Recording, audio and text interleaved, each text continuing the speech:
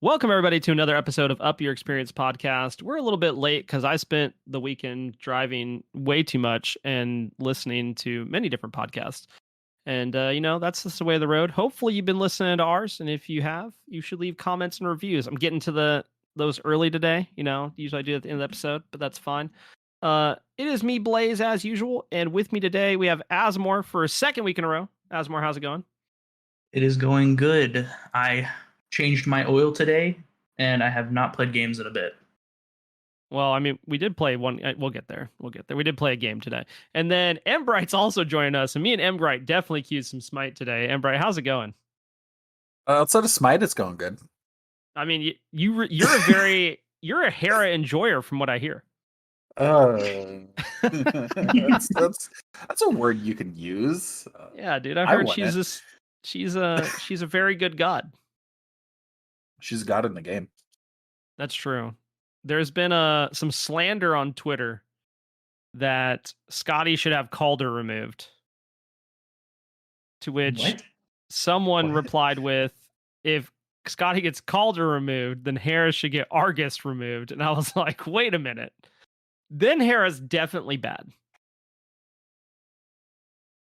That has to be the best part of her kit is Argus. I mean, when he comes in, he doesn't really do much once he's out there. I mean, he's extra there. minions. He tanks things. He tanks a tower shot for you. He does great at doing that. Dude, he was really good when Tyrannical Plate applied to God minions. Oh. Why doesn't it apply? Wait, I mean, no, never mind. It used to, and it was OP, dude. I was going to say that would be dumb. Yeah, I ran Hera solo a lot. Hera every roll with Tyrannical Plate was a fun time. Okay, I don't know if you guys know this. Do you know that Nuwa minions scale with her health, their health scales? Yeah. That drives me insane. That's why Nuwa tank Nuwa is a fun time. Because the minions become tanky boys. Yeah. That's awesome. The higher her health, the higher their health.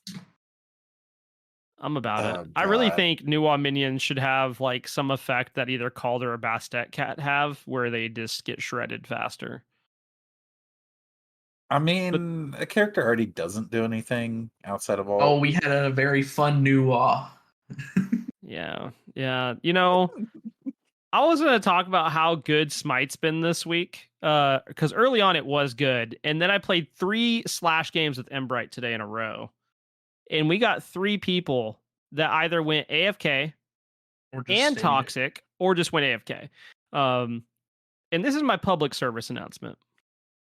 If you're going to start the game with the enemy team getting first blood, and your response to this is, oh, trash team again, or trash team, or something just negative and toxic, why do you play the game? Like, what do you get out of it? In fact, my new response is going to be like, oh, what do you think this does to help the team? Do you think that it's going to make them play better? If so, I'm doing a research survey and would love your response. And that is something I said today. That was the best reply I've heard in a while. The better response was our Nuwa's response, where she actually didn't type words coherently. So, and what did she say? It was like, you're bad, so I'm not even worried about you. Like, yeah, I expect nothing from you. I'm like, you press 4 for damage, and that's literally, she didn't pass tier 2 tower line the whole game. Yep. In Slash, I mean, it was a time. After T1 went down, she did not leave the T2. Like, and what's funny is this isn't the only like toxic teammates I've had in Smite this week. We played with an Awelish support on like after recording Monday. I guess I'll get to games of the week. I do want to mention this so I don't forget, because I will. We played Monday after recording, and we're like, oh, we'll play a couple Conquest games. Hey, that's not what happened. Our Conquest game went 50 plus minutes because we had a Wheelish support that was damaged and talked smack on everybody and told us that we didn't know how to play the game. So I made sure I didn't know how to play the game by split pushing towers down when we should obviously be at Fire Giant or whatever we should have been at. And we won that game. But it was a time. We would have won easier if we had a second tank. We would have won easier if I decided that toxicity would fuel the fire of me not listening to that person as well. But you win some, you lose some. But I guess before I get into my games of the week, do you guys have some games you want to talk about specifically from the week? Any Smite, Overwatch 2, anything else? Any games to mention? Do you want to go first, Azumor? I haven't actually played that much this week. I was gonna say, Smite wise, I know I every game that Azumor's played, I've been in. So You've been in? Okay. Yeah, I'll be able to cover some games. I have played a lot of Overwatch and a lot of Dead by Daylight. I have had so much fun on Dead by Daylight lately, running a build where on killers where you literally just make it to where as soon as they finish doing the generators, they can't open the exit gates for another like 5 minutes. I have gotten flamed and also complimented on it multiple times and have had more fun than I could think of in that game. Freddy is dumb and it's been great. And then I have played so much Overwatch. Kiriko is one of the most enjoyable things I have played in a video game in a long time. The headshots feel great. The teleports feel great. Cleansing out a huge ultimate from the enemy team feels amazing. And then running around as a tank Winston, jumping on backlines feels really good right now. Yeah, I think Kuriku is like really well designed. Oh yeah. She feels good. I think one of my favorite things they've done for her so far is they put out her video, and I think the visuals they did to illustrate each of her abilities was amazing because they incorporated them so well. Yeah, if you haven't watched the Overwatch 2 cinematic for her, like you should go watch it. It's really good. If I remember, I'll link it in the description. But it's like all the Overwatch announcement or like God trailers or whatever you want to champion trailers. Sorry, Smite overtook me for a second. Have been really good. Like they're just very well designed. I have not watched it yet. Hey, you know what, Azumor? I need to interrupt for a second. You remember when I made the duck noise last week?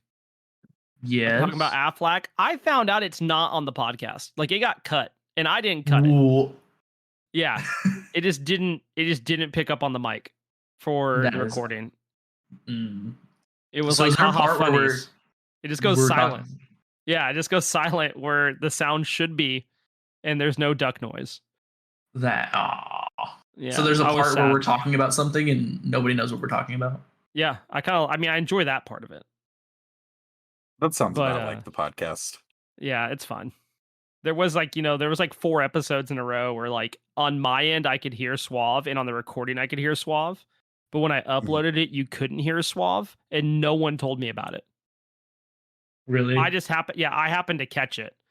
I went back and listened to an episode and I was like, how many episodes has this happened? And then I was like, oh, it's been 3. There was a couple of episodes where Suave was very quiet and I meant to say something about it, but I was at work when I was listening to the episodes and it was like 6 hours later when I got home and would have said something and just completely forgot. Yeah, I was like listening to episodes and I was like, wait a minute, like something has happened here. And I probably could go, I think I have those episodes saved. I could probably go back and re-edit them and fix them, but I don't know. It seems like it does feel like a lot of work that no one's going to care about it except for me. Anyway, sorry to interrupt your games. Sorry to interrupt your games, Nbright. My bad. Oh no, you're good.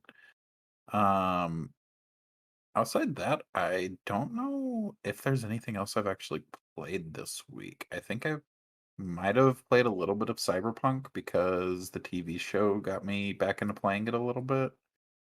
A lot of people are really liking it. I haven't watched it yet, but I've heard good things. Watch it. I did play some League. I forgot. I did play some League. Ziggs is fun. I like throwing bombs. Dude, Ziggs is awesome. You know he has his own like rhythm game? Does he really? Like, yeah, he has a platform rhythm game. Oh, what the heck is it called? God. It's really good. It's called. I'll let you keep talking. I'll find it. Hex Tech Mayhem: A League of Legends Story. That sounds about right. but I played 2 or 3 games the other day. I think I got Ziggs in one of them. And what's really confusing to me with Ziggs is that you build him burn damage for some Yeah. reason. You don't build him burst, which doesn't make sense on the character with explosions for me. But I don't know how to build in that game, so I just kind of build whatever the game tells me to. Yeah. I had a buddy almost have a penta yesterday that one of our teammates stole. And I think that's about it. I don't think I've really done anything else this week. So the only thing I've really done this week in terms of games is Aim Train and then Overwatch 2, which we'll talk about. So yeah, we're gonna do a whole segment on Overwatch 2, so we'll kind of get to that in a minute. I'm probably not gonna talk too much about. I'll talk about my games once we get to Overwatch 2, as far as Overwatch games. Yeah, I was kind of waiting for that. I kind of got bopped in most of my Smite games, but I did a tryout for Do We Belong as their jungler. I played Dodgy the first game and we won, and then I played Set the second game and we won, and then we all trolled pick the third game, and I played the Morgan jungle and got absolutely mopped with the rest of our team. Like, we got ran down. Like, they were camping behind our tier 2s at the Phoenixes while tier 1s were up. So that was fun. I also tried to play some Nasia. Shout out to toxic people, dude. Like, toxic Smite players fuel the fire in my soul. Because I play Nasia. I'm notoriously not very good at Nasia, but he's in the meta right now, and I was like, you know what? I'm gonna try him out, and I go 1-4. Okay, we lose this game. Keep in mind, I am the only person with the kill on our team in 15 minutes, and we have a Surcat solo that's getting absolutely bopped by a Chalk. We have a Rama, Vulcan, and a Ganesh. And the Rama and the Ganesh are just the whole game. You're a trash jungler. You're a trash player. Uninstall the game. Blah, blah, blah. I mean, just like typical toxic shenanigans. And I have 6 this game. I decide that they keep throwing up F6. I'm like, cool. You know what? I'll just get out, go on to the next one. Kenny's on. I'll join Kenny. So I joined Kenny. And I told the Smite gods, I said, please let one of these idiots be on the enemy team. Like, just throw me a bone, And the Smite gods answered. They said, we will grant you your wish. And the Rama from the game before is now playing Kurnanos. And it is my mission to not only win this game, to not only carry my team to victory, but also to stomp this stupid Kurnanos as much as I can. And that's what I did. I played a Wheelish, and we had no knockups on our team. And I went 19, 3, and 10. 2 of my deaths were the Kurnanos, but I have laughed one time in Smite. I've spam laughed one time. When I killed this Kurnanos for the second time, I spam laughed him because the fuel to the fire was lit, and I bodied this man. And then after the game was over, after I body his whole entire team, he goes, man, the only reason you guys won is because your jungler carried you. And I responded, yeah, the same jungler you told to uninstall last game and you were a complete jerk to, and he didn't say anything. I just don't get it. We play video games to have fun. Being a toxic, for lack of a better word, dickhead, doesn't do anything for anybody. Like, it doesn't make people enjoy the game. It's not making you enjoy the game. It also doesn't make anybody want to listen to you. Like, half the time I mute those players, and by half the time I mean like probably like 75 to 80%, because they don't say anything useful the whole entire game. So there's that. Other than that, I played more Smite. I mentioned the past 3 games have been abhorrently toxic, and we lost all those. I literally don't understand what's going on with people. But along with doing tryouts, I also played in an AGL set. And, I was playing. I had food poisoning on Thursday. Super fun, by the way. Still recovering. It is now Monday. But I played our AGL set, and we go into game 1, and they're like, hey, is there anything like anybody specifically wanting? And I was like, yeah, I want a Wheelish. Like, that's what I want. I want to play a Wheelish. So we draft our entire comp around this Wheelish pick. And let me just tell you, when the enemy team locks in Neja, Hades, Charybdis, Yamoja, Scylla, keyword Yamoja, Yamoja feels really good to write an Awilix into because she knocks everybody up for you. And we had Cupid, Atlas, Vulcan, Odin. It was a fun game. We won that game. We ran it down. We camped their red buff like hard. We camped their red buff so hard that they went for red buff and we took fire because they thought we were going to show up there. They took 4 people to red buff and we just took their fire giant. Then game 2, I played Ratatasker. If you listened to the podcast last week, my brain didn't remember how bad I am at Ratatasker as far as win rate goes. And I intentionally fed to get us the win. It's what I like to call tactically feeding. We went for a kill in solo pretty early on. We dropped the kill. Then I die, and Hockey, our solo, dies. So we give up 2 kills there. And the game kind of spiraled from there. I think we were down like 6K at 18 minutes, but we pulled it back and won the game because we're built different. So shout outs to the team there. We put it together. We're scrimming tonight.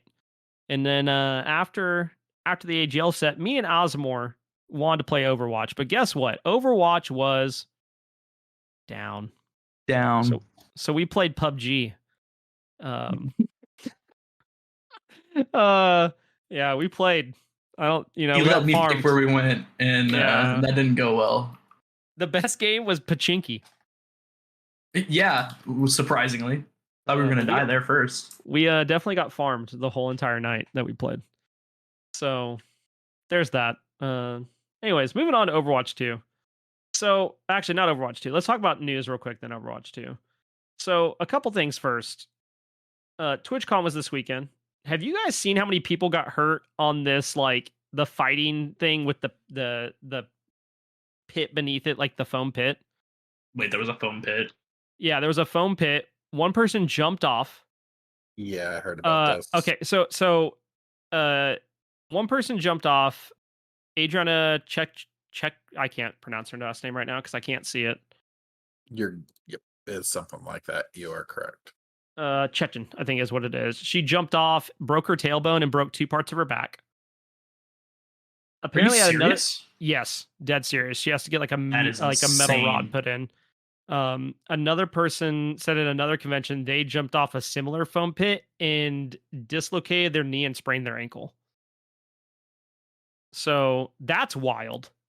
So apparently, I was in a Twitch stream earlier and they were talking about it. Apparently what happened is the pit was only like 5 or 6 inches deep. Yeah. So Those things supposed to be like feet deep. Yep. Yes, they are. Yes. And it had concrete underneath. So Yeah, basically they what they would pad it. what they were jumping into was the equivalent of like, the square things that are normally in foam pits. Mm-hmm. Like one of those deep, basically. Where it's supposed to be 2 if you're lucky. Yeah, where it's supposed to be dozens of them deep. Yeah. I'm amazed because they were doing like, the fighting, I don't know what they're called, but like they're the giant mat things that you hit each other with. They're like 2-handed. But anyways, they're doing that. Things, whatever. Yeah. They're fighting each other with those and knocking people off. So you're falling into like 1 or 2 foam pit deep things that are on concrete. Yeah. And that's actually not how she got hurt. She jumped off, like did the splits in the air and landed and broke her tailbone and 2 parts of her back. Yep. That is she suing? I don't think so. I don't know what's happening because that is not even the tip of the iceberg of things I've heard that were bad about TwitchCon. What, Twitch in general? Wait, sorry. Yeah, it was a time apparently. There have been things coming out apparently. So that's a fun time. I'm not going to get into all that stuff because there is just a lot. Feel free to go read about it. It was one of many conventions that went on this weekend, and the rest of them seem to have gotten pretty good like press and had a good time, but that one specifically was pretty bad. We did get some Smite news, and I kind of want to preface this with there's been a lot of talk in the content creator space for Smite about having these AFK channels where you can farm viewer points.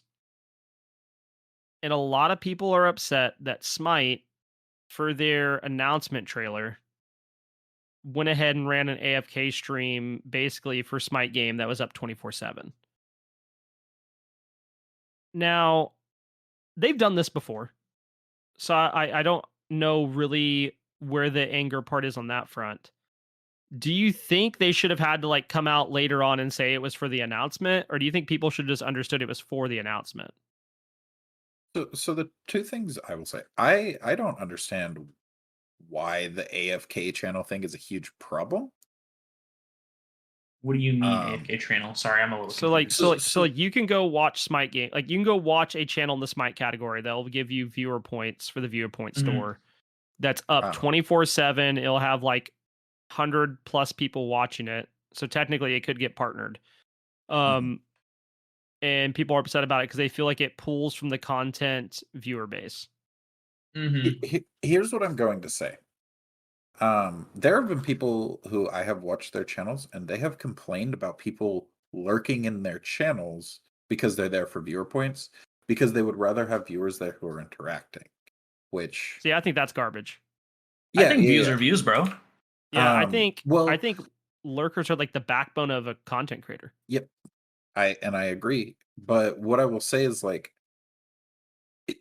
they're not going to be there doing anything anyways. Like, what does it matter that they're sitting somewhere else not doing anything either too though? Yeah. Like, if a person comes and lurks in your channel, they never say anything, they never follow, it doesn't necessarily do anything for you sometimes. Like, as bad as that sounds, the moment somebody speaks in your channel, the moment somebody follows your channel, that's when you do get a bigger impact. But somebody just kind of lurking and not saying anything can also just not do anything for you I sometimes. mean, for somebody who's trying to get like Most of the people who I've average seen views up to 3, up to a higher number, yeah, yeah, Or to 75. Yeah.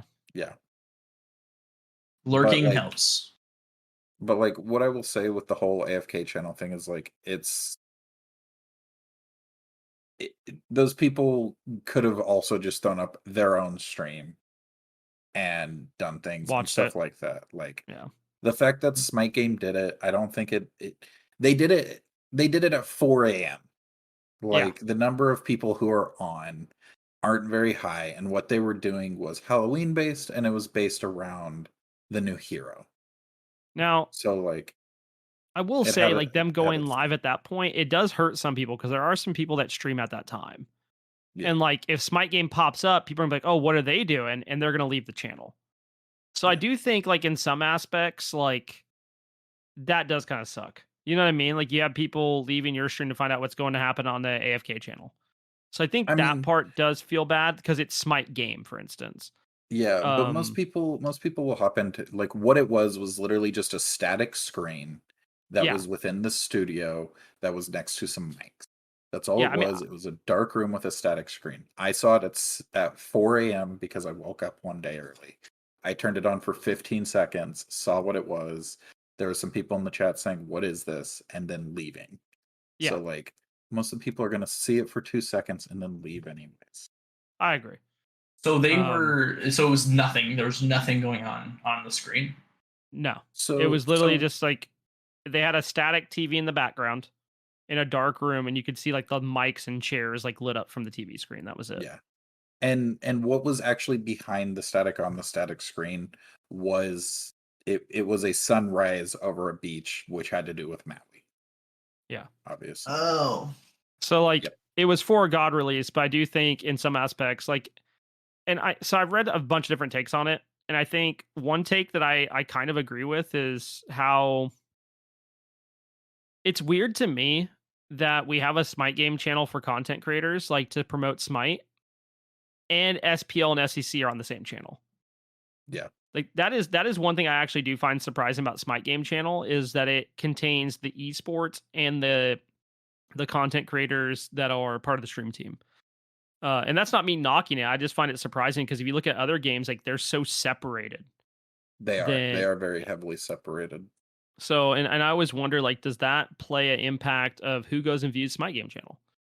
I actually like it a lot more the way it is because I was actually going to bring this up. I wish Overwatch had something similar Yeah. because there are a lot of people who I don't necessarily watch Overwatch as competitive anymore. But if it was a channel that was bigger, like Smite Game is, part of why I watch Smite Game is there are people on there who I like watching on occasion, and then I like watching SPL. And because Yeah. I will catch things after SPL, then I will watch the other people who are there, and that has actually had me find several different communities that I like. And I Well, and wish I other also games wish it had was. things similar. I also wish it was easier to like watch Overwatch competitive and Mhm. be able to get whatchamacallit. I've just Uh, never The Overwatch been coins. into. I've just Yeah, never yeah. been into comp stuff. Yeah, and I get that. The other thing that is weird to me about Smite Game is it stops at like midnight and then Yeah, starts at like 7 a.m. every day. that is true. So That's can actually you part of explain the. this channel to me? Like, Yeah. So Smite Game Channel hosts the Smite content creator stream team. So Okay. they have like a community stream team that you apply for every year if you want to join it, and the creators could change or they could not change. Like usually there's a Okay. few that like overlap, and there's a few new ones every year. And they Mhm. stream from like what Nbright said, from like 7 a.m. to 12 p.m. It's different content creators throughout the day. So is it all things Smite basically? Yes, Yes. all Smite. And then on So the you're weekends, saying the SPL, SEC, they even do all that Mhm. stuff? yeah, all the pro league stuff and amateur league stuff is on there too. Okay. It is also where they So do patch notes yeah, as Oh. well. So Yep. this is So- like a big kind of deal for Smite. Yes. yeah, it's a because like you can find everything there, and I like Yeah. that part of it. I just find That's it cool. interesting. I think that's cool because everything in a lot of other stuff that I see is really separate. Yeah, and that's what I was saying. Like, that's one thing I like is like everything's there. And I've seen some people complain about like, oh, things need to be more separated. But I we don't already think have like they do. a smaller community. So like why separate things even more? Yeah. Most of the mods that are on the channel as well, especially that you'll see during SPL, are either the creators, the Olympians, or the developers And the and casters. casters as well. Yeah. So like that's all really cool too. I will give them that. So like there is more interaction with the Smite team through even just the Twitch channel than there are with other games in general. Yeah, 100%. Which I think it partially has to do with Smite being a smaller game, but I enjoy that ability to interact with the developers much more that Smite has than other games. Yeah. Because it makes the game feel like it's made by people and not by corporation as much. Isn't high res kind of a small group of people though? It is a smaller development compared to other games. I would say yes, and here's the problem. High res is smaller, but also at the same time, like it's probably one of the largest smaller studios. Yeah. 200 plus employees. Yeah, I mean like that's a relatively like large. That's relatively big. Yeah, but it is good that team. they communicate or try to with their community. Yeah, But and also you have to remember they do have they have 200 plus people working on Smite, Paladins, Rogue Company, and Divine Yeah. Knockout. So it's between Okay. 4 games. That's what I was going to say. It's 200 people between 4 games. So it's 50 people per game. Oh, and Yeah, Realm Overwatch- Royale. Sorry. Realm, Overwatch- before I forget, because I forgot to say this You're good. last week, Realm Royale is getting a patch tomorrow with all new mastery system up to level 100, new skins, Halloween event, all that good stuff. We Sorry. need to play that. Yeah, we do. I forgot to mention it last week, and I like read all about it, and I was excited, and I realized I left like when I got through my notes, I never mentioned it. Okay, let's compare that to Activision Blizzard's total number of employees is 9,500-ish. Yeah. But you also I mean, have to like- remember, you shouldn't look at Activision Blizzard's like full employees because they also have more games even than Overwatch. Yeah. But they But- probably have about a 200-person team. Oh, we can probably least just find per that game. out. Overwatch employee number. So Blizzard itself has Part of the thing is you have to think about how big those games are too, though. Oh yeah, but I mean, Smite like, I'm not like knocking that. I think Smite. I mean, I think I think Smite has a relatively big development team. I do. oh yeah, it does. As someone who is a not developer, having even a second person would make things go immensely faster. Oh yeah, Oh yeah, yeah. yeah. But But then like I don't like working with people. Yeah. But like the thing I would say is the number of people I've talked to and been like, "Oh yeah, I play this game called Smite," and them asking me what that is in comparison to being like, "Oh yeah, I played Call of Duty the other day," and them going, "Oh It's yeah, I was insane. playing that too." Yeah. Or even the difference between saying I play Smite and I play League. Oh yeah, League is on another scale. I don't think there will ever be a game. Dota 2. I will say I don't think there's even Dota. I don't think compares to League. I think. No, I think Dota does compare. I think it does compare to I League thought in some Dota was aspect. was bigger but than League for a time. It was. I think League has consistently held its place though, which is pretty astounding. I mean, for a game to be around that long and not have like a large amount of people just like leave or anything like you never hear about that from League. And not only that, like they've expanded their universe to take part of multiple games now. Oh yeah. Which we've seen Smite try to do with a couple of games, and like that's what's happening with this Divine Knockout game, which Divine Knockout is going to be good. Here's a question. I don't know the answer to this. Yeah, what's up? Does Smite have servers in China? No. They used to They have used to. Asian servers. They no longer have Asian servers. They still have Japanese servers though? Yeah, they have Japanese servers. They used to have there used to be a China team. Like there used to be a team that actually would make worlds from China. Okay. And that's one of the biggest difference between those three MOBAs. Yeah. Well, my favorite moment in Smite history is what was the team name? I don't remember. He said, "We will win," and I was like, "Yo, you coming out with that? They're gonna get smoked," and then they got stomped, and it was sad. But you come out with that energy, I'm expecting some crazy stuff. But yeah, I mean, I think it's a relatively bigger company for the size games that they make. I think it is. When you look at the player base of Smite, I think they do have a pretty successful development team. I think they've gotten better over the past 2 years, especially.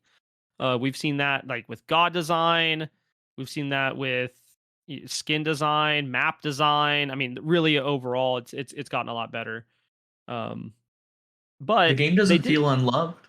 No, I think it definitely has a passionate community behind it. That doesn't mean there are not some like really bad takes and some people that are very upset all the time, no matter what the change is. But I do think like the community itself wants to see the game succeed and wants to see it grow and wants to see it do better. And I think that's important because you do have games, and we'll kind of talk about this with Overwatch in a bit. Like people want to see it fail. Yeah. Yeah. And I mean, I could think of probably plenty of those types of games, but that's a conversation for another day, I think. But they did announce new god today. We are getting Maui, the hero of Hawaii, as a god. And I'm excited. And all I have to say is, what can you say besides you're welcome? I was I'm leaving. I was in the Hawkeye's stream earlier, and he watched it on stream when it came out a little bit afterwards, and people were like, if his "You're welcome" isn't something similar or funny, the character's not going to be worth it.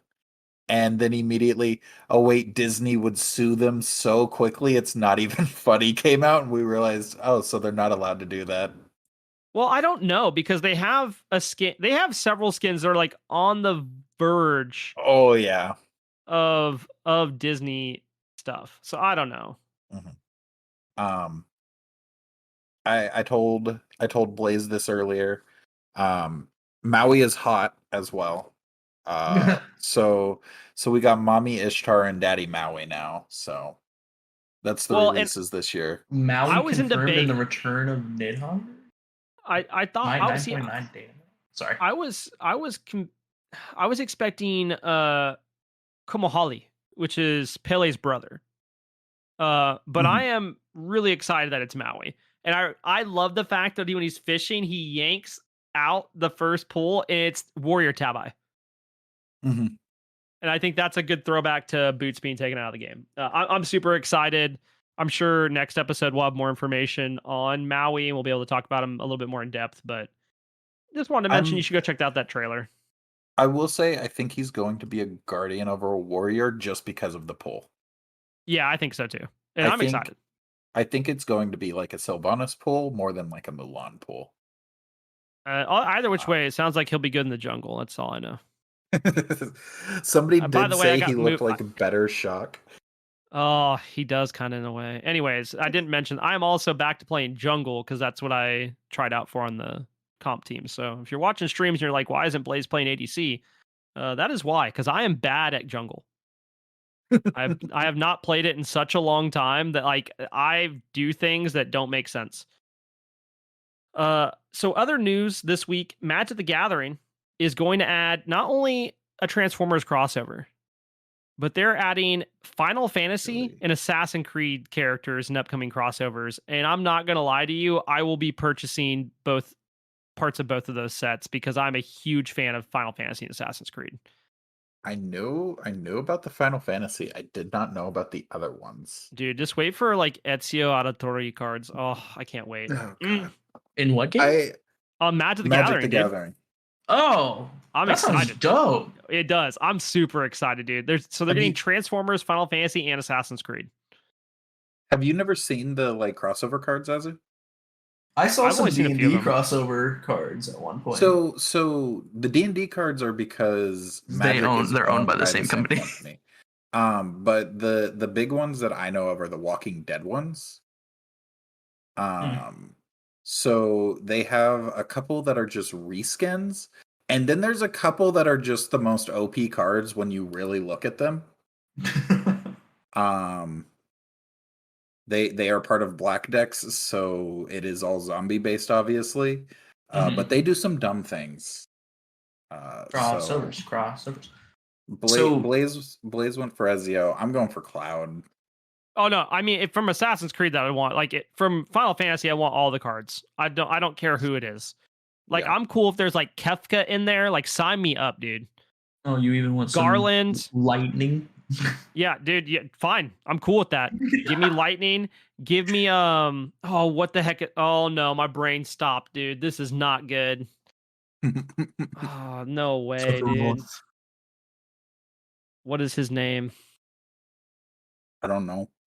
Apparently the only one I know is Final Fantasy VII. Titus, and give me and make it a Blitzball card, dude. Sign me up. God. Oh, I can't wait. Actually, a Blitzball card would be dope. It would be pretty sick. Along with that, we also got the Super Mario Bros. Movie teaser this week. Where'd his butt go? Dude, Jack Black as Bowser is awesome. I will agree. I think he is a good choice. Apparently, there's going to be a musical number with Bowser, and I'm excited. Oh, God. But if you haven't watched the trailer, like the first, like, I don't know, 90% of it's really good. All right, like Luigi's there, Magic Koopa's there, there's the Koopa Troopas, there's Bowser, the penguins, like everything's good. And then Mario gets on the screen, you're like, oh, for sure, this is going to go well. And then Chris Pratt's voice comes out, and you're like, haha, funnies. Actually, I want to know if this is are they maybe, I don't know, I'm not saying it's true, but some people have been curious if they're trying to pull a Sonic thing. See, I wondered that too, and I was going to bring this up. The Ben Schwartz plays Sonic. Okay. And Ben Schwartz has been in interviews like talking about how he's so excited to play this character and blah, blah, blah. And we have seen nothing from Chris Pratt ever since he's been announced as Mario. Right. Apparently at one of the what's it called? The premieres, like every character got cheers, like elite, like people went nuts for Luigi, and then Mario came on Mars and everybody went dead silent. Oh, that's unfortunate. So, but like Luigi, they went insane.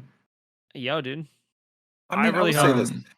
I like Chris Pratt as a person and stuff, but like, it's not Mario. No, that's where I'm confused. Like, what made them go, you know what? We want Chris Pratt as Mario. Like, where did that? My thing is like, How? Where in auditions did he separate himself from everyone else? Just using his regular voice, or was it just his name? I had to have been just his name, dude. I They don't had know. to.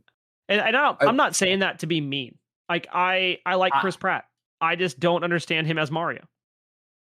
So I have heard a couple of people complain about not using the original voice actor.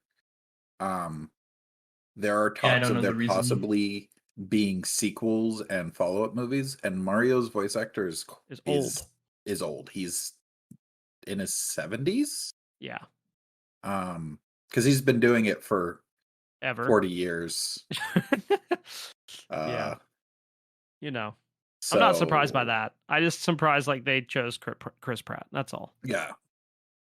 I also saw people ask and wonder if Jack Black knows about Bowsette or not.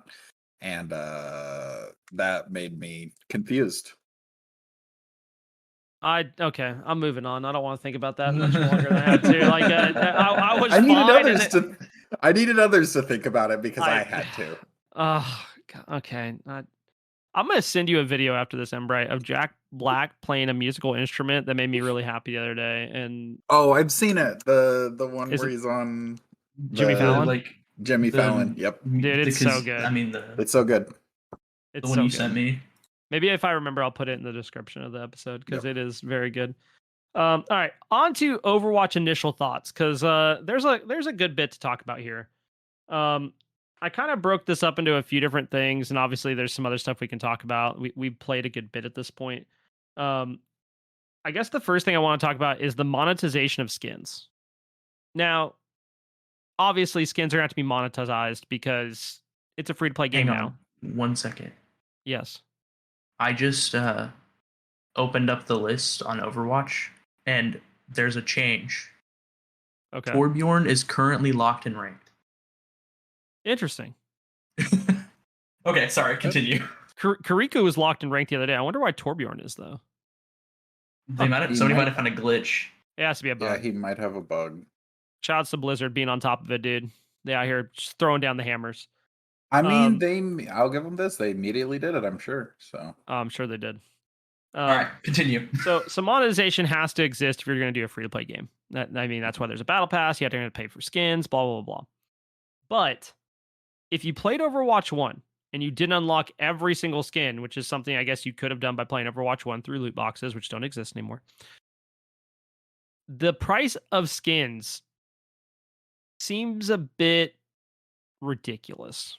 Like for a legendary skin, and keep in mind, these don't have a voice change necessarily. They don't have an effect change at all. They're just a skin, are like $17. I do think it's a bit excessive. I think it's a bit excessive too. I don't know if you guys agree. I was expecting legendary skins to be between like $10 and $12. Here's a hot take on monetization, though. I think battle passes are a more aggressive strategy than loot boxes. Oh, 100%. So the two things I will say with and my opinion on this, I think making it to where you can't get any of the original skins would have been fine. I think so too. If they just took them out and so you didn't have them dangled in your face. Yeah. For $17. There are some that you can't even buy though. Like I'm looking at Ashe right now, and most of her skins you cannot buy them. Yep. No matter Actually, every single one. They do. I know they do have a full shop, like which isn't available right now, so I can't even look at it. But I believe they do have a deal system similar to Overwatch's, where things go on a sale, so you can buy them that way. And they're quite a bit cheaper. Not as of yet. Well, you can buy things in a bundle, so you get the price in a bundle like, that a little is like bit more. $10. Yeah. Oh yeah, no. Like the ones I've seen are all like $17 still. Were they? And you still get like cool. You get an emote that's like $3, but like it still seems like a bit. It still seems excessive. Have either of you checked out the just for you section in the shop either? That's what I was talking about. Yeah. And it doesn't make sense to me, but that's fine. Hang on. So you're in right now, Bright. What is in your just for you? I can't look at it. I can't look at the store. Okay. I was curious on, is it different for everyone else? Yes, it's it supposed is. to be, yes. Okay. It is. It's It supposed is to be like, based on what you play. Okay, I have a Vampire Hunter Brig skin. Yeah. That's the only one, and it's still $17. Yeah, it's Stuff like like that. 2,000. Yeah. So does anyone know if they've been putting the skins that you can't buy in there? I have no Yes, idea. they will. They have. Okay. There's one I saw Okay. the other day that I couldn't straight buy. They will. That is the way that you can get the older stuff. I am I wondering how still they're going think to it's handle weird. the Halloween event. The Halloween event's what I'm kind of concerned about because we are getting one. And I'm Mhm. wondering how that's going to be monetized. I think they will come out with some new skins. I think they are going to use more of a drop and reward system for those things, though. I think they should. I think they should have some Um, skins you buy, obviously. But you yes. should have some that you can like attain through getting like completing quests, completing challenges, however you want to look at it. So they were doing that in Overwatch 1 already near the end of its life cycle. Yes. Like the last 3 years, they would put out a quest. It would last 2 or 3 weeks, and it was like, win so many games, you get this. Win so many, you get this, and then win so many, you get this. So that way, you were incentivized to play more, and it wasn't just like play this mode. Because I do have a problem with one of the challenges in the challenge system. Yeah. But it did allow you to get unique skins that were a limited event, and you played at the time you got it. Which I think is I think exclusivity on something that isn't something you pay for is healthy for a game when it's something that you earn. Yeah. And the thing I was going to say about loot boxes were outlawed in many countries because it is seen as a form of gambling. Yeah, and I agree. But I just think I think it is gambling, but I still feel like battle passes are more predatory because it's like you have to play our game. Yeah, it gives you this feeling of FOMO where like you have to play, which is my next thing I was bringing up with the battle pass. I do think Overwatch's battle pass is good. I think their challenges are relatively good. I think the fact that you can get extra XP from queuing support or fill is pretty nice. I do think they did a good job making it to where you could gain extra experience. It's definitely not as bad as like if you play PUBG and you've done the battle pass, that battle pass system is terrible. And it's been that way for years. So I do say I think their system is relatively good, I think but challenges are set up decently well right now. Yeah, I think daily, there's weekly, daily, seasonal, weeklies. competitive, Yeah, I think it's lifetime, and then hero. Yeah, I think it's very good. That's a lot of challenges to complete. Whereas some games, Halo, you get 3 a day basically. Yeah, and it gives you like barely a level. Mm-hmm. So I think that part's really good. I do agree though. You know what else has a battle pass? It's not a video game. Starbucks. Oh my god. What? Yeah. Hear me out, right? So you load up the Starbucks app. The Wendy's. Yeah. So, but like, okay. But they've done this, right? Like you go to the Starbucks app. I'm gonna load it up right now. Give me 1 second. But and there's many places that do this. But Starbucks will be like, hey, if you come in, you can start this thing, and if you come and grab a drink the next 3 days, you get 25 bonus stars. And then you use those stars to get discounts. Or like if you accumulate 400 stars and you're like, cool, I can go get $20 off of a cup or something. Or at 200, I can get a free lunch sandwich. Or 150, I get a free drink. Things like that. It's a battle pass, bro. Wendy's has this thing. It's kind of similar where it's around a Halloween thing where you can get this like thing where you can get every time you come back, you can get a Junior Frosty or whatever. Yeah, but it's a battle pass. It's just for retail. Yeah, you come back and you get something extra, so you pay more money, so you come back more often. I digress. I will say 2 things in favor of their battle pass. It does not take very long to do it. I have probably 20 hours or so in the last couple of days. I'm already level 30 on the battle pass. I have I don't know how many hours, but I'm at level 11. Yeah, I don't have that many hours. I'm at level 14. Like that's what I was saying. I feel like it's relatively easy to go through and level. That's not. It's. I think it's a good battle pass. I'm just saying. I think battle passes are predatory. That's not strictly towards Overwatch. I will say like Overwatch's is really good. Fortnite's also has a very good battle pass system that's relatively easy to complete and not a lot of time. Kind of what popularized it though. Yes, So they are. So they had to have a good system, or it would not become big. Yeah. I mean, I like, will say, Halo gets this little bit of praise. You can go back and do previous battle passes. Blizzard, please allow us to go back and do previous battle passes so we can get the skins that we want. That's something from Super Animal, which has been in the game since it's like been in early access. If you bought a battle pass, you can always go back and level it along with the one that you're currently working on. These, which is cool, and you don't even have to have bought the battle pass the time it was out. You can go back and do that anytime, which is really cool. It doesn't appear that they're going to do that because it says time remaining 56 days. Yeah, they most likely won't. The which is still is giving me FOMO because I want all this stuff. I don't think, I will say, I do not think Overwatch's cosmetics are very good. I love Overwatch's. I think the skins look fine. I think the things that are in this battle pass are not like, I like the intros, I like those things, and I'm sad there isn't an easier way to get them anymore. Such as the loot box system, which was something you earned as you leveled up. It did before, apparently, when on release it was really bad, but then they fixed it to feel rewarding or other loot boxes. I don't know. I think the skins in the battle pass are really good. Like the EDM Diva skin is solid. I think the skins look like, I think they look good, but I'm also not somebody who's, I think Overwatch has some of the worst skins in comparison to other games. Oh yeah, I mean, I get that. I mean, but there's also the problem of it being a first-person shooter, and then you get skins for a character you can't see. It's why I have a hard time when people are like, "Oh, I'm gonna go buy this Apex skin." I'm like, "Cool, like you can't see it, but everybody else can." I think Overwatch or Apex also has bad skins. To be fair, that is one of my biggest problems with Paladins is when they switched to where you can't be in third-person mode. It took out the value of owning skins because you can no longer see your skin, and I think that's absolute garbage. And the other thing I will praise about the Overwatch system for battle passes, you can get enough gems to buy the battle pass. It is not every battle pass, it is every other battle pass. There have been complaints about heroes being in the battle pass, but they will be in every other battle pass.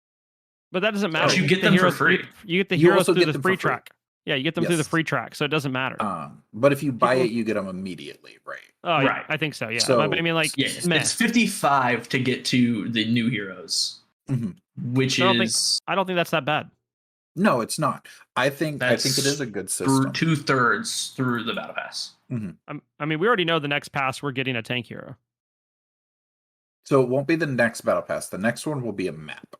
Have either of you all played Warhammer or know what Warhammer is? Well, Nbright does. Nbright has, yeah. Yes. Have you seen the Far skin? It looks like a Warhammer.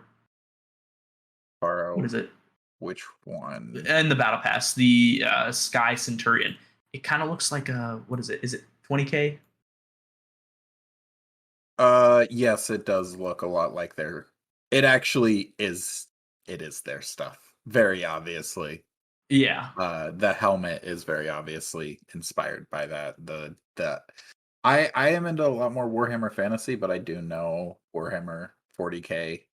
Yes, 40K. There we go. Yeah, Sorry. yeah. And that is their their style for sure. Yeah. Okay. So moving past Battle Pass, unless you guys have something else you want to add. I want to say one thing about the Mythic skin. I don't think it's that impressive.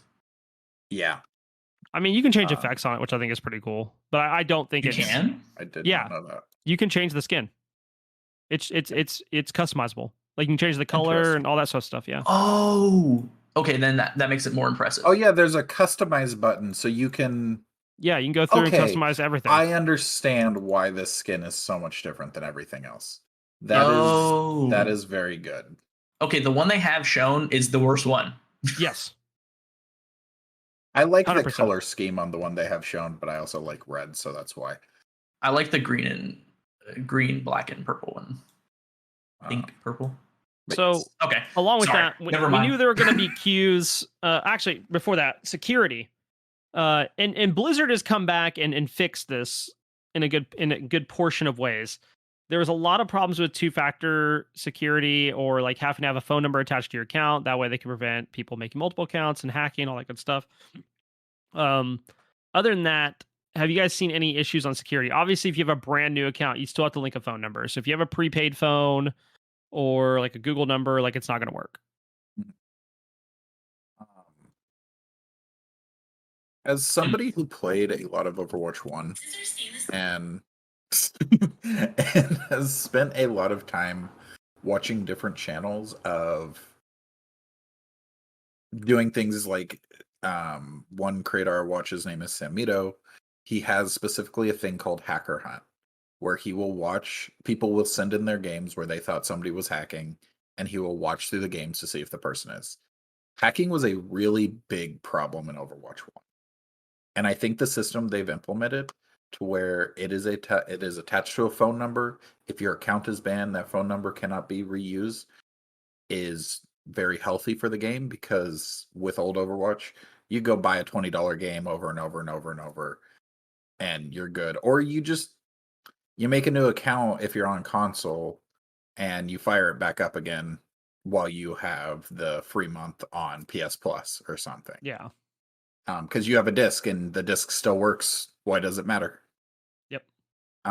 Someone who's a little bit of a security nut, I don't like it. Yeah, I think Because there if could they have been have different my ways to phone deal with it. number, somebody can.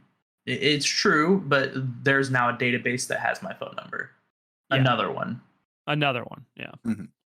I mean, and I could go through a whole slew of shenanigans about that. they Probably not best for me to do on the podcast, but yeah, the it causes some issues.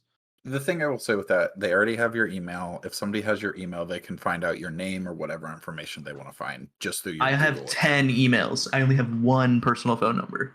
Yeah. I mean, your Google accounts have to be hooked up to your phone, right? So that's only one, too. Yeah. I mean, it's another one of those things. I mean, like, Yeah. I relate this back to, like, if you Google my name, my information doesn't come up that I stream and have a YouTube and all that other stuff.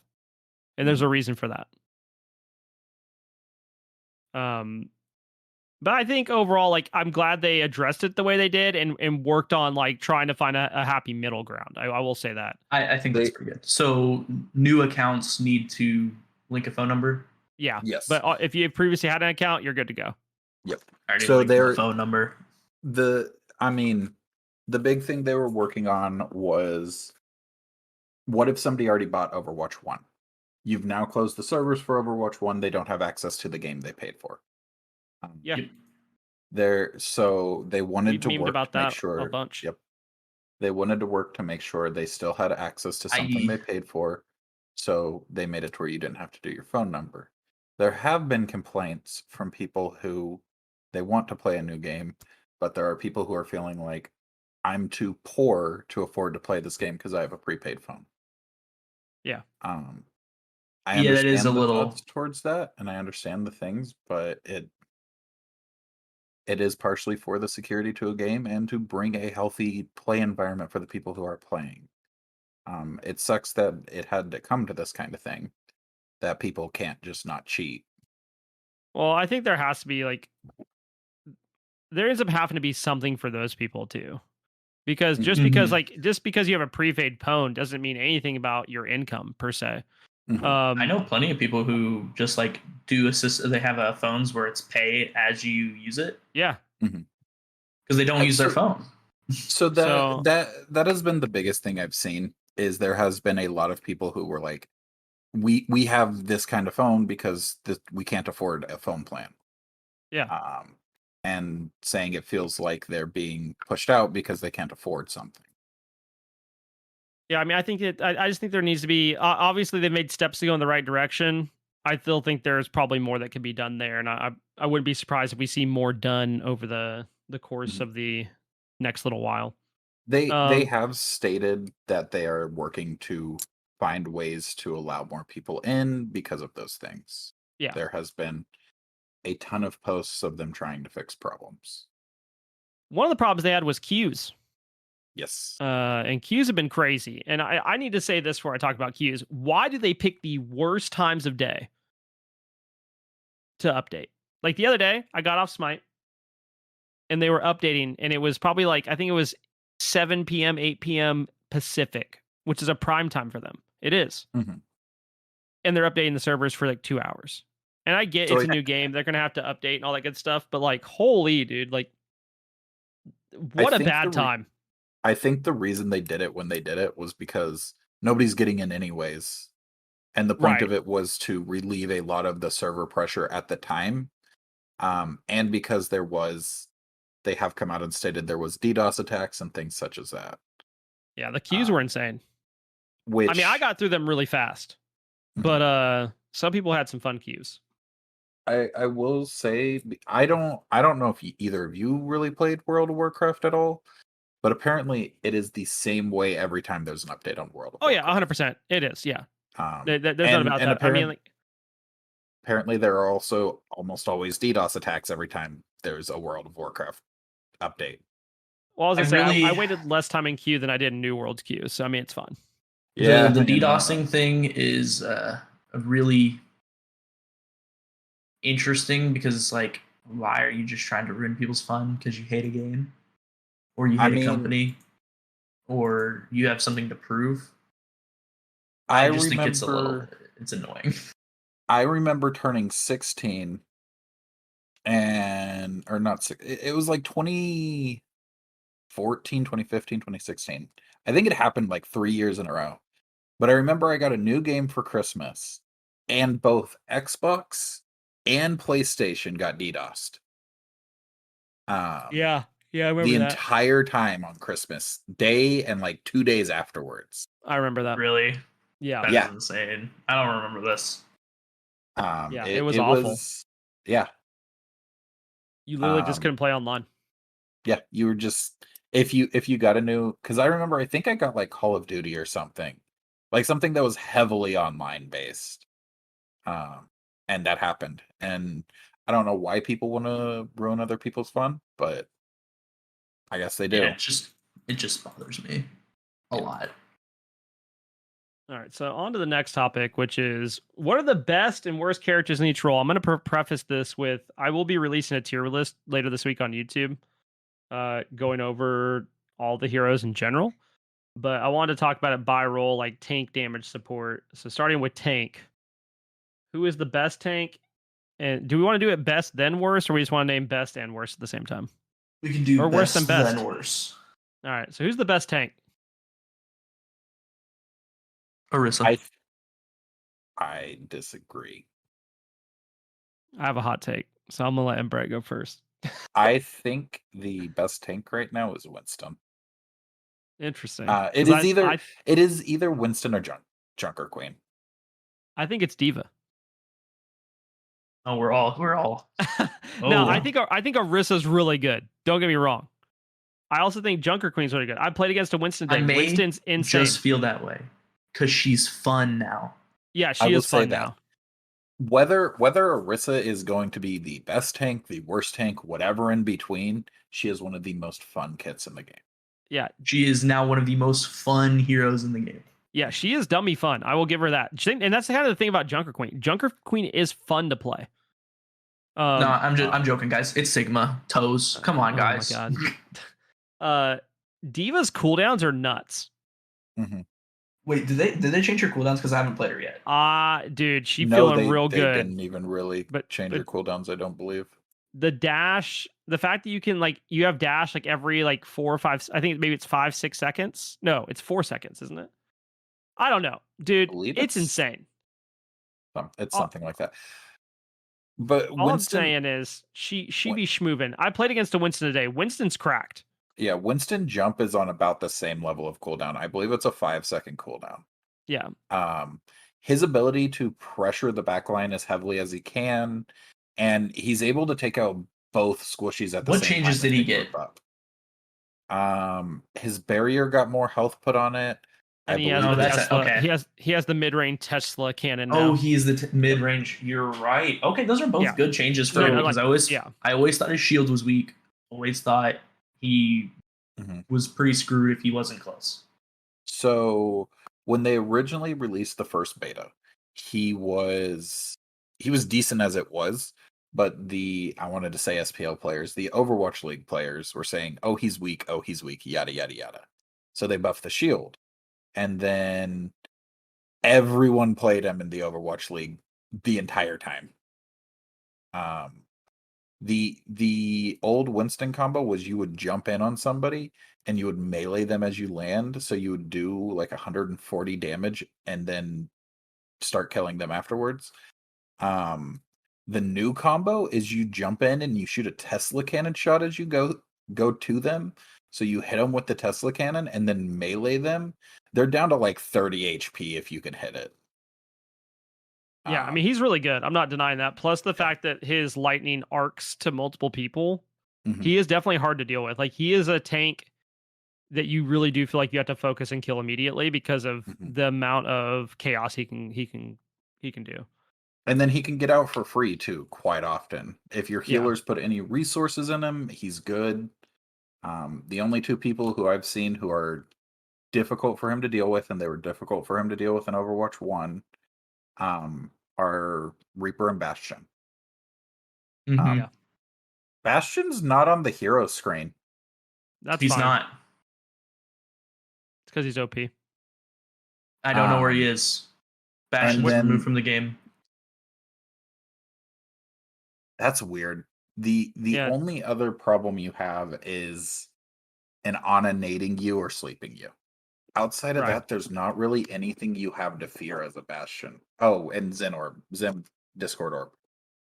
You mean as Winston? Yeah, as Winston. Yes. D.Va can dive, fire the rockets, and block and all that at the same time, which I think is really strong.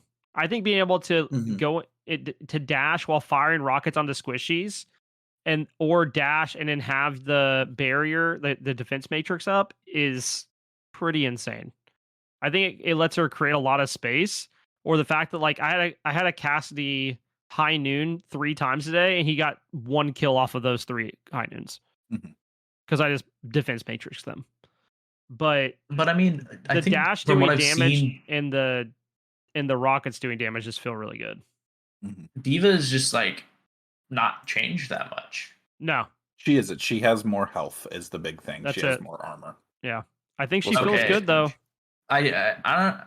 I always thought that she was good in Overwatch 1, like really good, and I feel like she was kind of underrated in terms of tanks. I think she's better now. That's all I'm saying. I will say part of my thing with D.Va is I'm not a great D.Va either. I used to play her a lot. Yeah, I'm just saw what I bad could do at on her canceling this the week. dash. I will say the other thing that's nice with Winston, and this was a thing I had happen playing ranked the other day, and realized very quickly is very good. You can cut off healers from their tank because of the bubble. Ooh, that is true. Yeah, that is strong. Healing in Overwatch cannot go through shields. So even if you are in like a Lucio's... Can Lucio's? No. Okay, I didn't know this. Okay, that's Lucio's heal requires line of sight. So if Lucio is in a building and you're on the outside of that building, and his circle is still technically hitting you, it will not affect you. Wait, so it requires line of sight. Do you mean the capability to see you, or he has to be looking? You have to be in his vision. The capability to see you. So line of sight. It's 3. So he has 360 line of sight. But if you go into but it's not through walls. Okay. Yeah. But so shields count as walls. Shields count as walls is the way they are technically coded. Because this was something that was a problem for before. Does Zen ult do the same thing? Yes. Zen ult is the same way. Oh my god. Really? The problem before, there was 2 abilities that did not follow this rule. And it was Moira heal and Zenyatta orb. Because you used to be able to throw Moira heals and Zenyatta heals through shields. And they changed it. Orb heal for Moira? Yeah. No, Moira's base heal used to heal through shields. And the problem was, and because of this, the 2 of them just outclassed other healers because your Ana can't heal you if you're behind a shield because that's also her damage. So if her heal could go through a shield, it would be busted. So could her damage. I think the only one a grenade. So you're required Can to Brig's try and armor shoot go through? past. No. I am not 100% sure. I believe it cannot. I know her AoE can't. I'm not 100% sure on her armor packs. So if she may be able to throw her armor through. I don't know. That's the so only wild. the only one that I believe can is Mercy, and it's because she's attached to you physically. Right. And even then, it may not work if you are on the other side of the shield because it doesn't work through walls. Winston's got some new respect for me as a tank main. Yeah, that's So, OP. That's one thing you can do is you can, if you're boxing the other tank especially, you can drop your barrier down on top of you to keep him from getting heals. so they don't get heals, but you still can. So that way you're forcing them to have to retreat from you, and they're stuck there because a lot of Winston play too is barrier juggling, going back and forth in and out of your barrier so people can't hit you, but you can still hit them.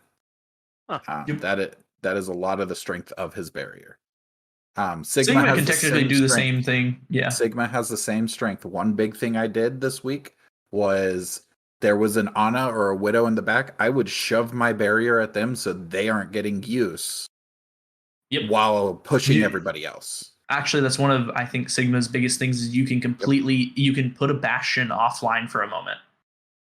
I will say just a moment. Yeah, I will say that. That's the problem with it is Bastion just destroys your shield though. Actually, you can put him offline. Well, before when he was stagnant, you could just throw the rock at him and take him out of his turret form. Yep. Now, so actually, that's a nerf for Sigma. Because he can move, so you can't take him offline. Whereas a Widow, you can still take offline. All right, who is the worst tank? It is either Doomfist or Wrecking Ball. Dude, but I think Doomfist takes too much work to get his actual use out of him, and I think there are 4 that I just don't even think are good. Yeah, but I think Doomfist is the worst. Wait, I can see the 3. Who's your 4th? I'm thinking I don't think Doomfist, Wrecking Ball, and Zarya. Roadhog is very good. I don't think Roadhog has enough tank capability anymore. So Roadhog's 2 big things why I say he's good. Can one-shot a squishy, any squishy in the game. The only one he can't do is Bastion and Reaper. Once again, I think Bastion and Reaper are the 2 biggest. I will say this. I think Bastion and Reaper are the 2 biggest tank counters in the game right now because you don't have a way to deal with.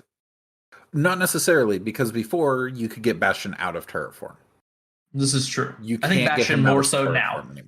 But Bastion could shred health. That's what he did. And shields. So he could easily kill Rein, Sigma. Mm-hmm. Well, Sigma he would still feed because of, I think if we're doing open roll, like open queue, Roadhog's not bad. I don't think he's bad anyway, but I think open queue he becomes pretty a lot better because he could run double tank. Yeah. So the other I just feel he has.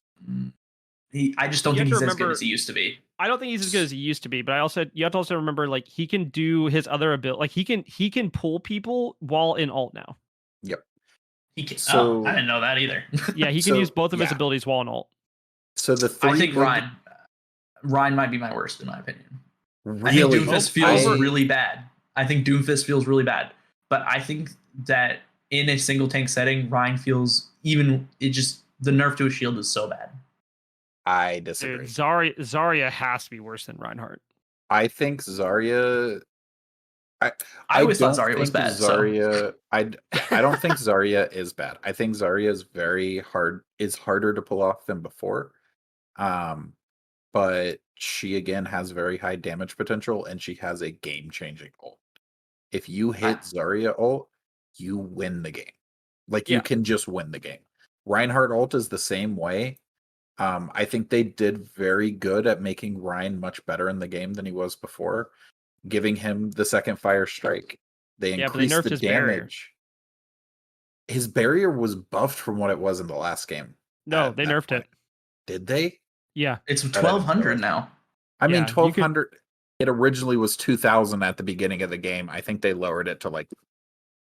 Well, it was 1600 in Overwatch before the swap. Was it? Okay. Yeah. And so I mean, it was 2000 at the beginning of Overwatch. He definitely doesn't feel as good as he did in Overwatch before I stopped playing. Yes. I just will feel say like that. he's too squishy now. It's the same problem that Doomfist had. Doomfist But okay, is Doomfist very is too squishy. They gotta up him to like 700 HP, bro. I do not agree. If you gave a Doomfist any more, what is he now? Like 450? That's the lowest If of you all the give him- tanks.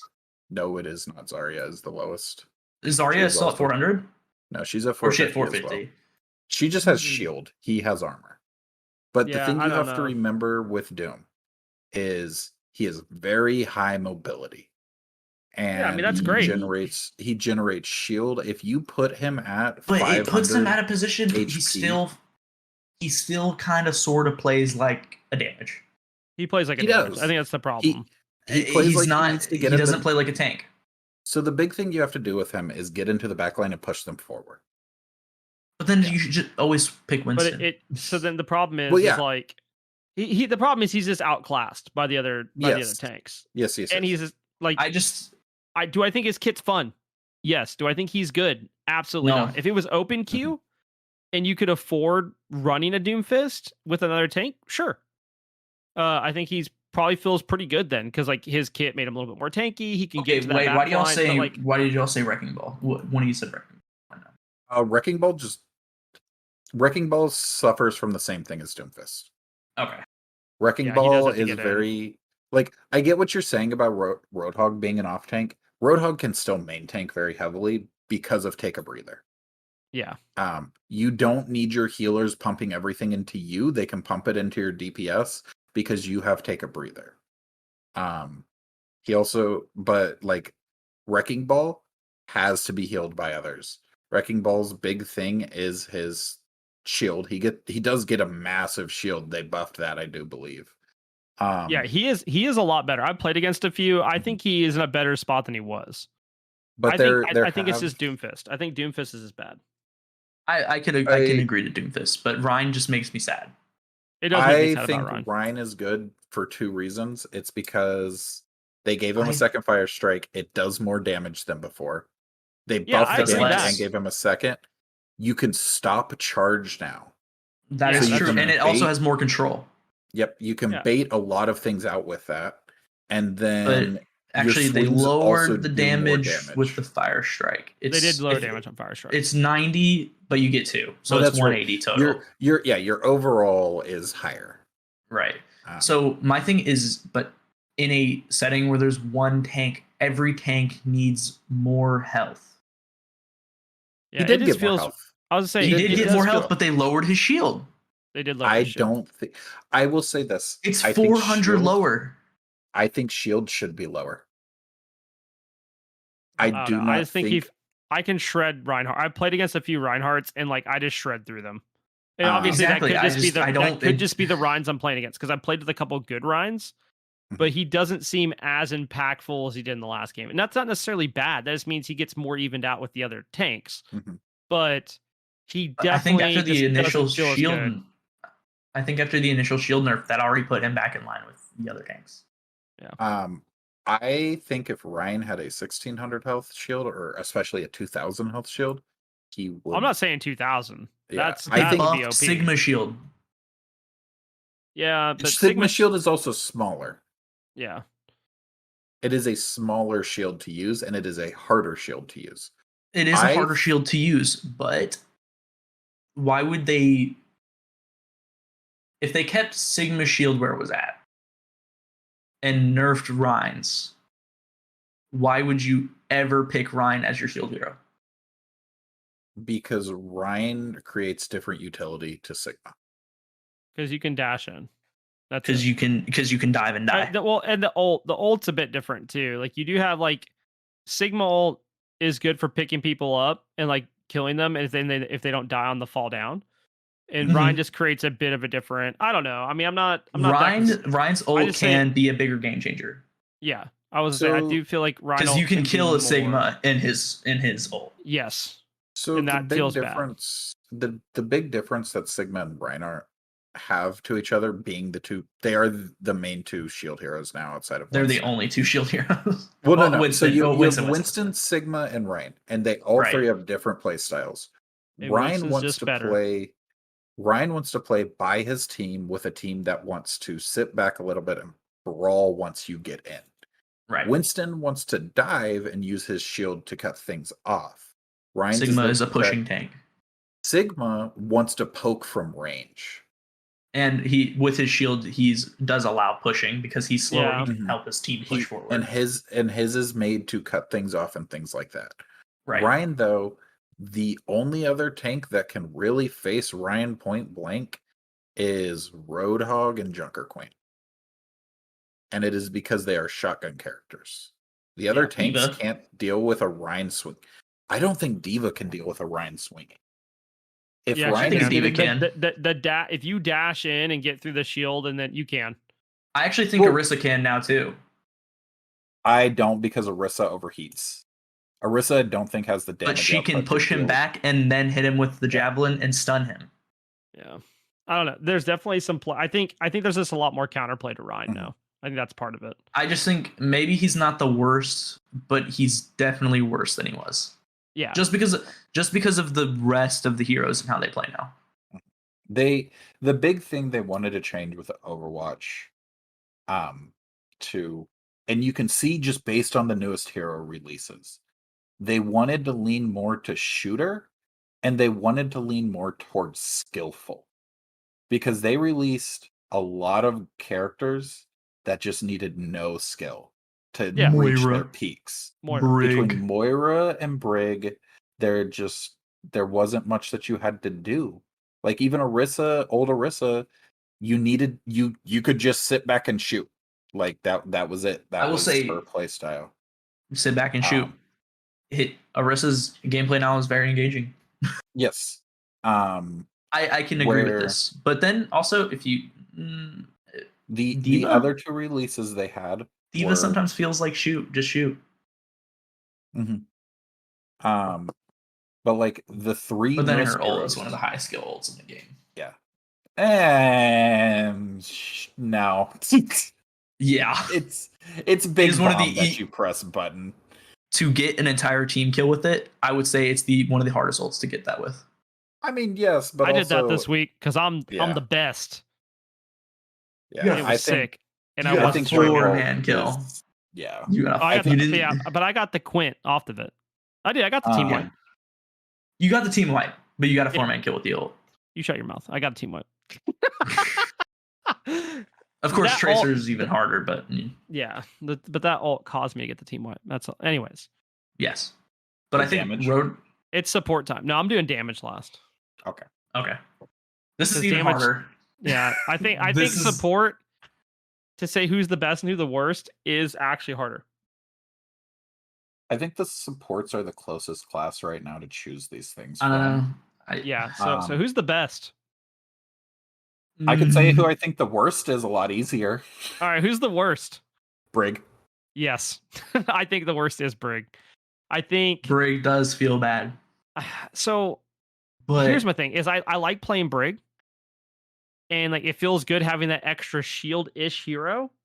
But like her losing the stun on the dash to gain a further knockback just does not feel good. And it's very hard to play her right now. It's very hard to play her right now. They gave her some other buffs to compensate, such as more ways to trigger her heal and things like that. Her heal, but she also got some heavy nerfs coming into the game in general, because you can't give armor in the game anymore. No, they took it out. You get overhealth now. You get overhealth. So like, I just think it's. What did armor change? What was armor's thing in original Overwatch? What did it do? So differently? the difference between health, armor shield, and overhealth. Overhealth and health respawn the same, and shields all respawn the same way when getting hit. You take 100% damage. Armor reduces, but shield on characters will come back over time. Right. So that's like Zenyatta shield, Zarya shield, things like that. Has a recharge. So armor actually lowered the amount of damage incoming as well. Armor reduces the amount of damage coming in. Burst damage doesn't get lowered as much as like pellets. So like a Reaper shotgun gets lowered a lot more because it's per pellet than a Pharah rocket. Right. Okay. That's or like why a Widow. shot. Or Widow headshot, things like that. That's why a lot of tanks have armor, and very few anything else does. Because I think the only other ones who do are Torbjorn and Brig. And it's because they are supposed to be like the builders, so or like Brig is in literally smaller Reinhardt armor. Yeah. Yeah. I don't know. I just wish she felt better. Like she does. She just feels particularly weak right now. Not that she's like bad. That if you're in certain comps with her, obviously she can work, but she just doesn't feel. I think doesn't feel Brig might be the worst, but I don't know. Zen has always felt bad to me. I think Zen's good. It's because I'm a bad Zen. Yeah, that's that. This comes down to being like it's like for instance, I don't even know who I was gonna say. There's a character I'm not particularly good at. It's like Cassidy. Like I tried playing him today, and like it felt okay, but like I know that character is better than my play style. If that makes sense. Yeah. Correct. I think Zen has the potential to do really well. Yeah. So good. The biggest thing on Zen is the biggest carry in the game, I think, right now are tanks, because there's a single tank and basically nobody else in the game can box them. Zen brings it to a potential where you can because of Discord Orb. Discord Orb makes you take so much more damage that it's insane. So while he might be outclassed on his healing, his ability for your team to win a fight because of his ult and because of Discord Orb are massive. Yeah, I mean he's just one of those characters you need he's an off support. He's an off healer. And that's the problem. Is like I think but that makes him feel worse as a support for me. The supports are as even as possible, but like some of them are definitely off supports, but that doesn't make them necessarily worse. Yeah, Ana just need more coordination to a team. Yeah. I think Ana is an off support. Yeah. But she still feels better than Zen. Well, it's because Ana has much more healing.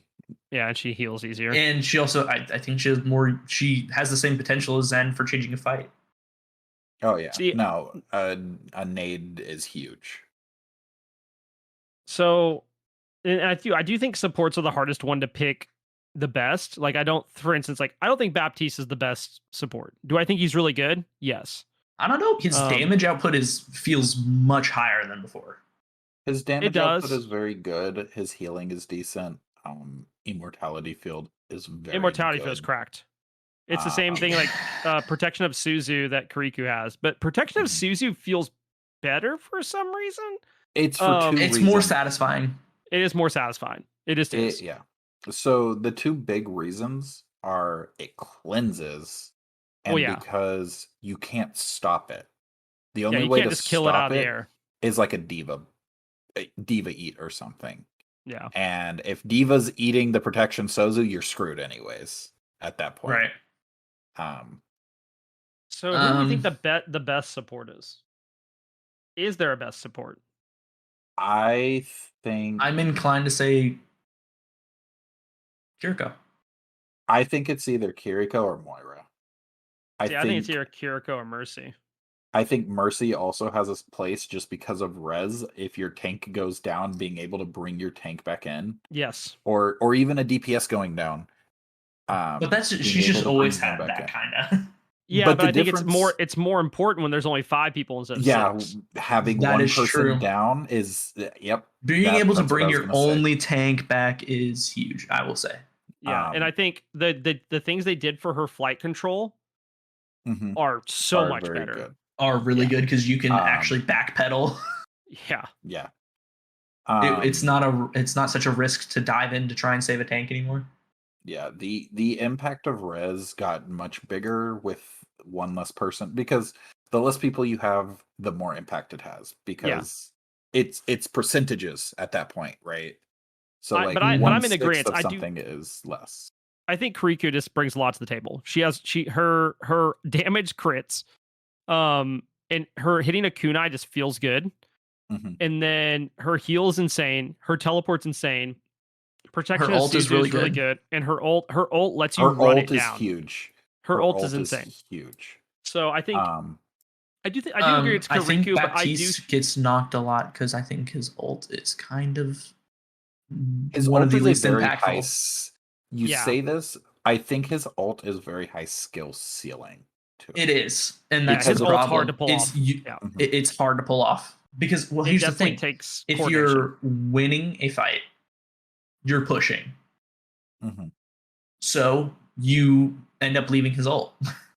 So the Yeah, you big definitely thing have to with his place ult it though correctly. is it also increases healing that goes through it. Correct, Yeah. which means he can So- stand back there. So he can and- stay back and pump up a ton of healing while everybody else dives. Correct, but I actually think the damage is more worth it. But you don't really get to use it that much. And I'll say I don't think Kiriku's like so much better than everybody else. I do think she just feels. I think it's best, very though. close. I actually think it's very very close. I think think that's she's the big satisfying thing. to Mercy play. and She plays the Moira best. and Kiriko. Yeah, I've actually played a lot of Lucio. Lucio, as an off healer, Lucio's feels just boring. really good. He is boring, but as an off healer, like if you just need a like as a secondary healer, he feels really good. He does. So I think at the I think his highest damage was levels- increased. I don't remember. That is not one I remember. Because All I know rushing is, people down with him was kind of fun. all I know is we're going into damage next, and I have some takes. I think at the I have- highest level, Lucio is very good when you Yeah. combo him with things. I think the comps at the highest level, your healers are going to be Kiriko and Lucio, and your tank is going to be Junker Queen. And those you'd are what be are going to be schmoovin'. played because of Yeah. speed boost. Because Yeah, they're gonna be schmoovin'. they don't have a maximum that those go to. No, you just be Mhm. flying. Cleanse, I think, is going to be one of the most important abilities in the game from here on because it counters so many things. It counters. I think it actually Junker Queen we'll and get Ana. we'll get to her, but one of the big things is, you don't get to use it that heavily against Mei. You can still in her ult if you're the one who doesn't, if you don't get frozen. But if you start to get caught in it, you can throw it at yourself and your teammates on the ground and pull yourself out of it. Because really, before you okay. it cleanses the effect as it goes on, so it completely removes it. Because the way Then Mei it's still freeze pretty big works- against her, but she doesn't have freeze anymore. So on her main gun, Shut your but mouth. we'll get to it. I will say the reason I say Moira is just because she's so easy to use. I think she's very good at low skill levels. Yes. Because But she's she also outputs- insane at high skill levels too, because she has her play in high skill levels too, because she has great healing output and great damage output. Yeah. Mhm. She's just really good. Safety. She's just been good since she was released. People complain more about Brig, but I always complain about Moira more. I just don't want to get hit at the skybox by a Moira when I'm playing Pharah. I don't think that should be so much to ask for.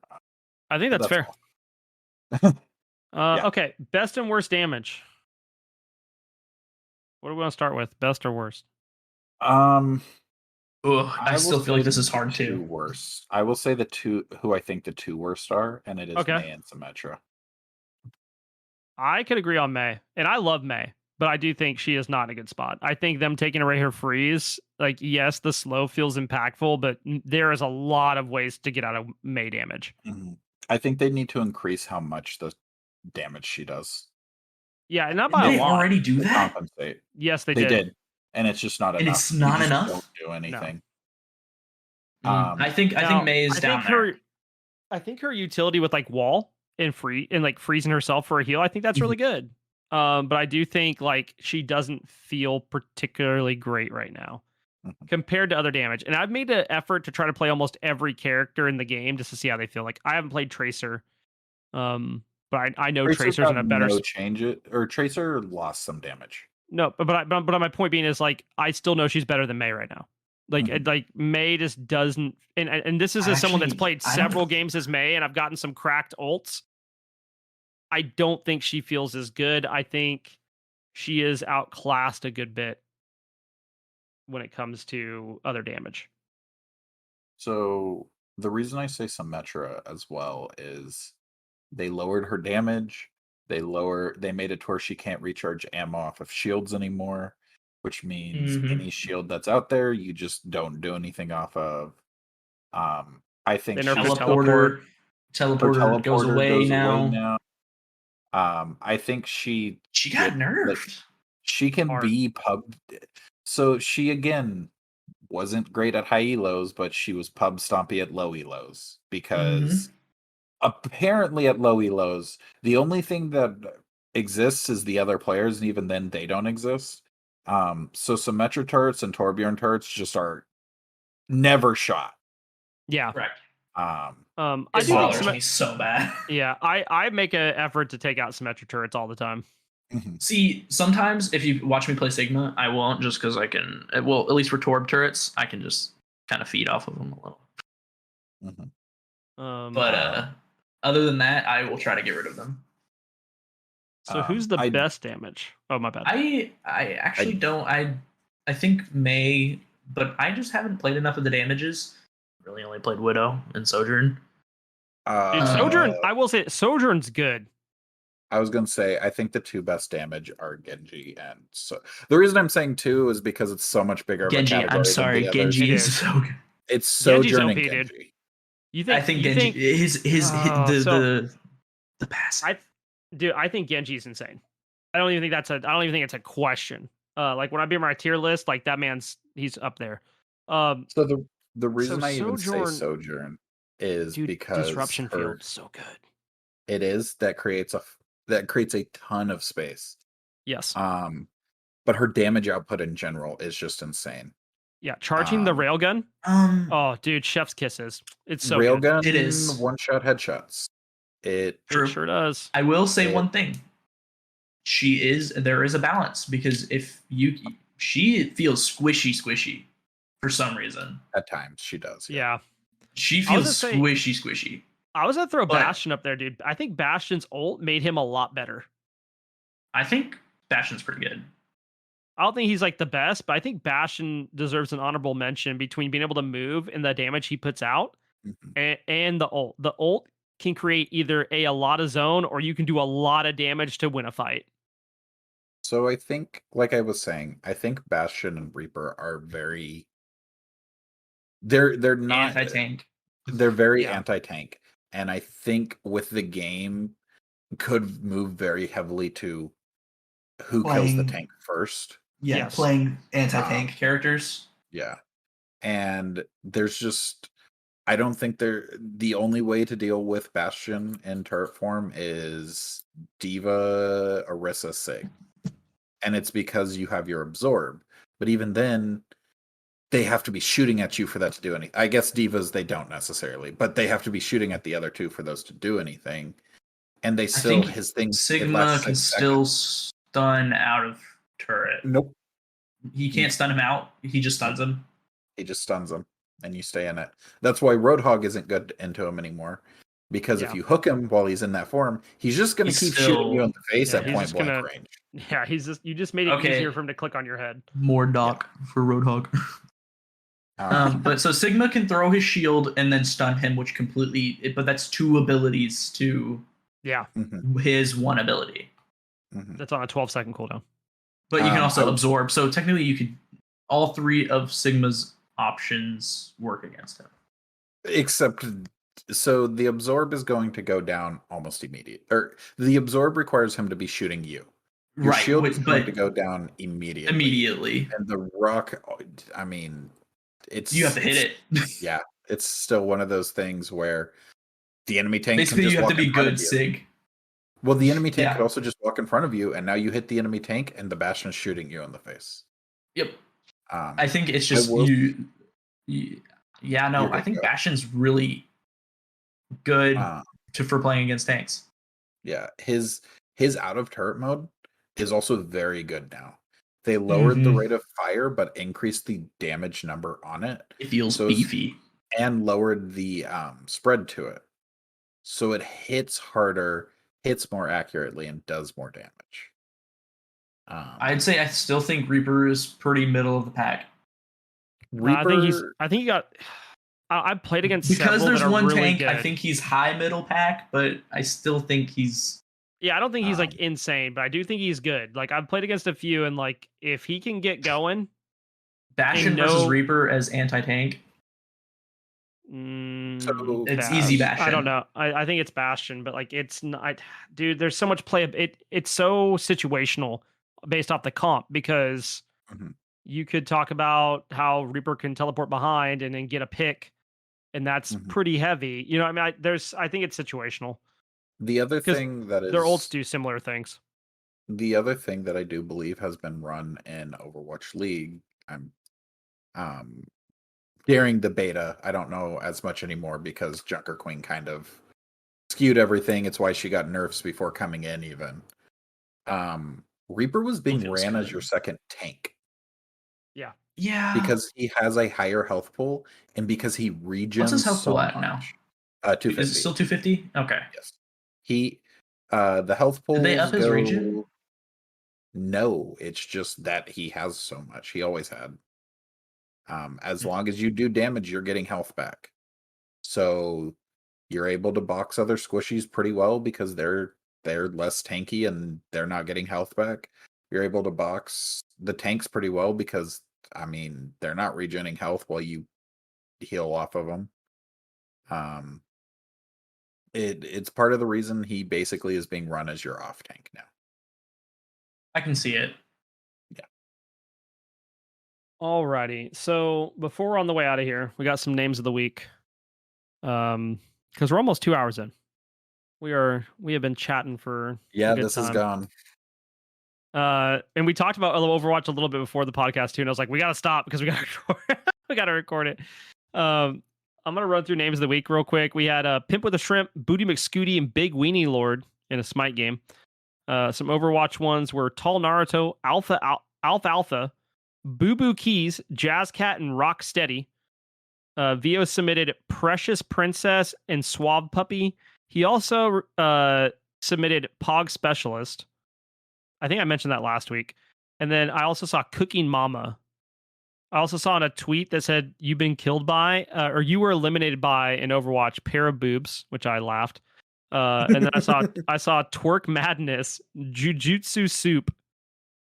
It's Juju Soup. I don't know. It's interesting. And then Big Hearted Chad. We also saw Booty Cheese. I Have Words and BNet Player in a game. There's some other ones, but I didn't get to clip them, so I'll add those to next week's episode. That way I know. There was one I saw in an arena, and it was natural flavoring. Can't do anything without that, dude. Gotta always have that natural flavoring. The good news is I don't have a random question this week, and that's because we answered many questions throughout the podcast today, so I didn't have a fun random question. But before we head on out of here, do you guys have any shout outs you want to do? Me. Yeah. Oh, yes. Consistency. That's what we needed. Yes. Nbright, do you got any shout outs? No, not really. Shout out to Vio for being Vio. Yo, that's the truth. That man is wonderful and also confusing. That's a true statement. I love the little guys. Do you have any shout outs, please? Yeah, shout outs to Bats and Boss for literally playing Grounded, I think, for 20 hours in the past 2 days. Did they really? I'm not gonna lie to you. So I was driving God. yesterday. I got in the car at 12 o'clock. Bats had already been streaming, right? I got to Otaku Ramen to eat, and then I got home, and Bats was still streaming. And this was like 6 hours later, and he started the stream before I had left. And I think he streamed for 12 hours. I think he played Grounded for 12 hours today. And then I joined a chat today to like talk to them. He's like, "Oh, hey, I'm recording right now." And I was like, "All right, I'm going to see myself out because I don't want to like mess with your recording content since I'm not playing the game."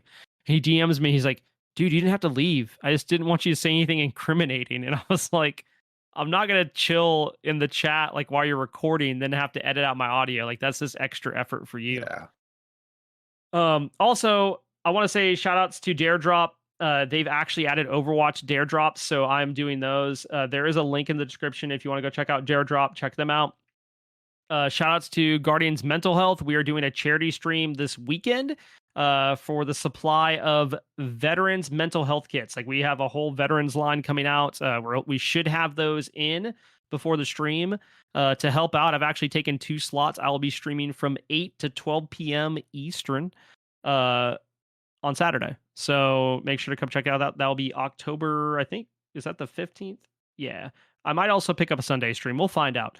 Find out more as on Twitter and the Discord. So shout out to them. I'm super excited about that. Majin uploaded another podcast the other day.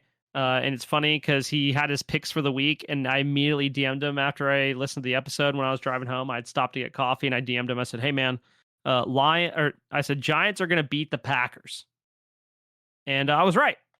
Giants beat the Packers. Shouts to the Giants.